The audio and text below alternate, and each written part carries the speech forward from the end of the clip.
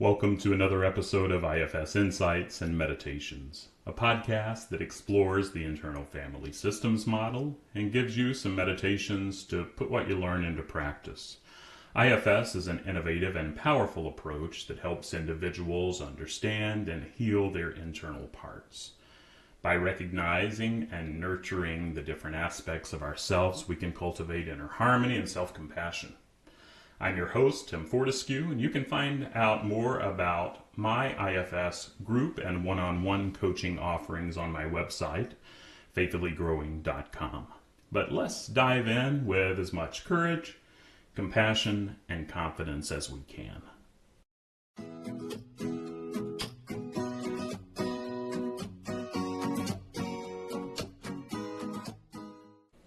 Today I'm going to explore the potential of bringing internal family systems, or IFS, to external systems like families, organizations, or communities. Internal family systems is a therapeutic model developed by Dick Schwartz that proposes the essence of various parts or subpersonalities within individuals. These parts have unique roles, emotions, and beliefs. And the goal of IFS is to foster harmony and balance among them, allowing individuals to connect with their core self, a state characterized by calmness, compassion, and curiosity. While IFS primarily focuses on individuals, it can also be extended to external systems, such as families, organizations, or communities.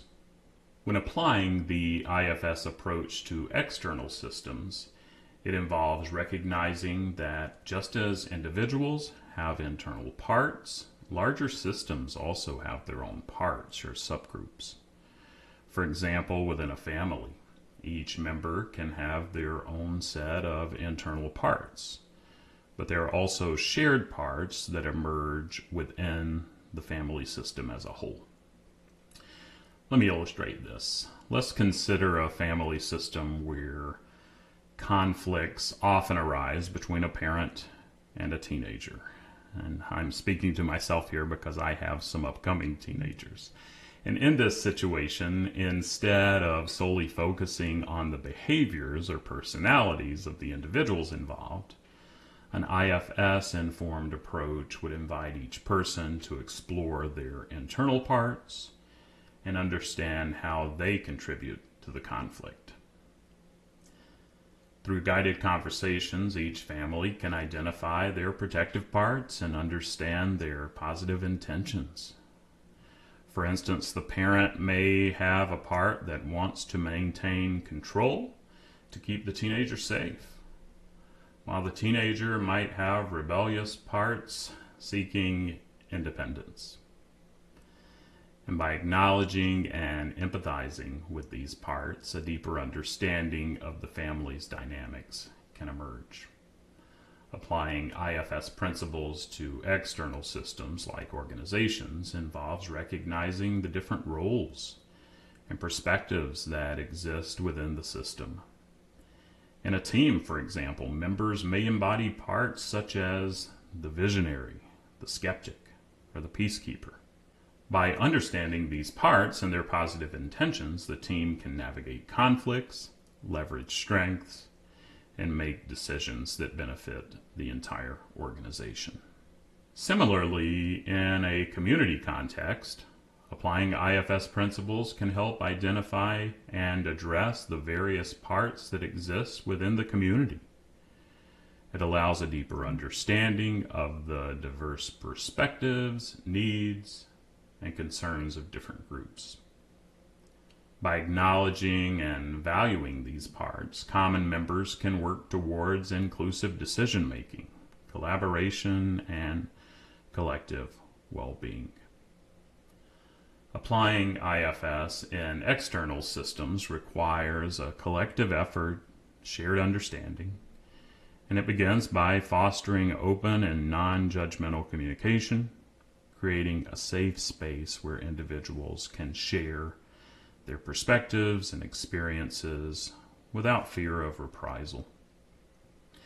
Active listening and empathy can play crucial roles in building trust and understanding within the system. Bringing in an IFS trained practitioner or facilitator can also greatly help the process.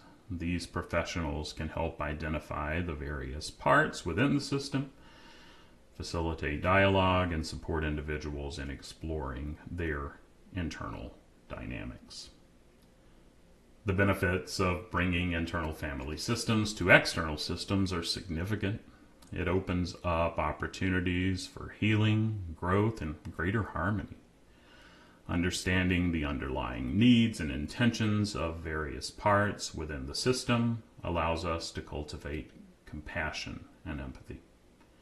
This in turn leads to more effective communication, reduced conflict, and enhanced collaboration. By applying IFS principles in external systems, we shift our focus from individual interests to the collective well-being. It fosters a sense of shared responsibility and empowers individuals to take ownership of their role in the system's functioning.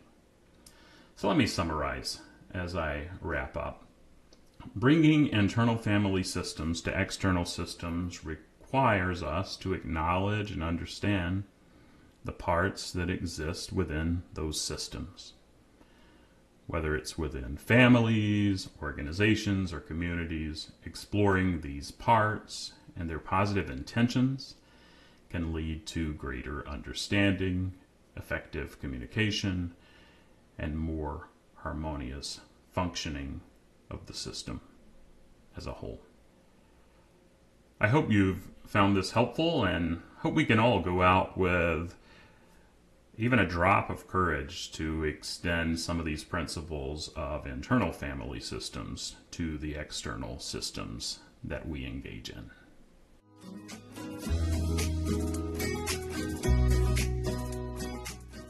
If you enjoyed this episode, be sure to follow or subscribe to the podcast and share it with others. You can find out more about me and my coaching practice by visiting faithfullygrowing.com. Additionally, email questions that you might have to me at tim@faithfullygrowing.com, and I'd be glad to engage with you there and get to know you a little more. But until we meet again, take care of yourself, stay curious if you can, and if you can't, try to welcome the parts that struggle with being curious too.